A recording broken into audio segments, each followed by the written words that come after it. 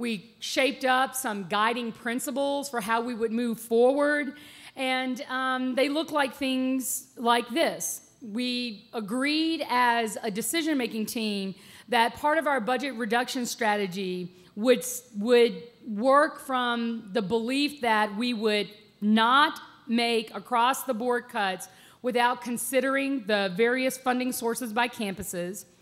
We would not make unilateral decisions, that we would work with our school communities to ensure that there was engagement on these ideas, that we would not make an allocation or a decision that was not transparent, that we would not jeopardize federal or state funding, and we would not continue programming that was not aligned to our district's 5-year strategic plan.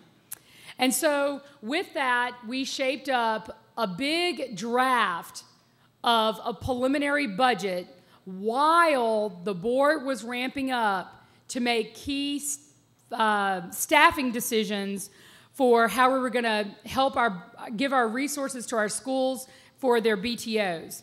And so we used our board policy that was approved last year to make our reductions on class size targets and key programmatic changes based on the following key criteria when it came down to the staffing reductions. And there are 4 key things that we look at: the job code, performance, seniority, and the professional background of our staff. Now, the board made its big staffing decision on January 24th, and then in February we made decisions about financial exigency, and we produced a draft preliminary budget. And now, as it stands for fiscal year 12, we have a 2-year budget design that's planning to cut up to $94.4 million over the biennium.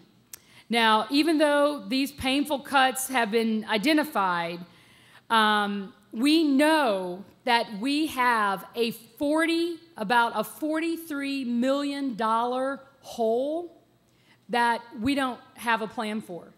So out of the 94.4, we're kind of halfway there.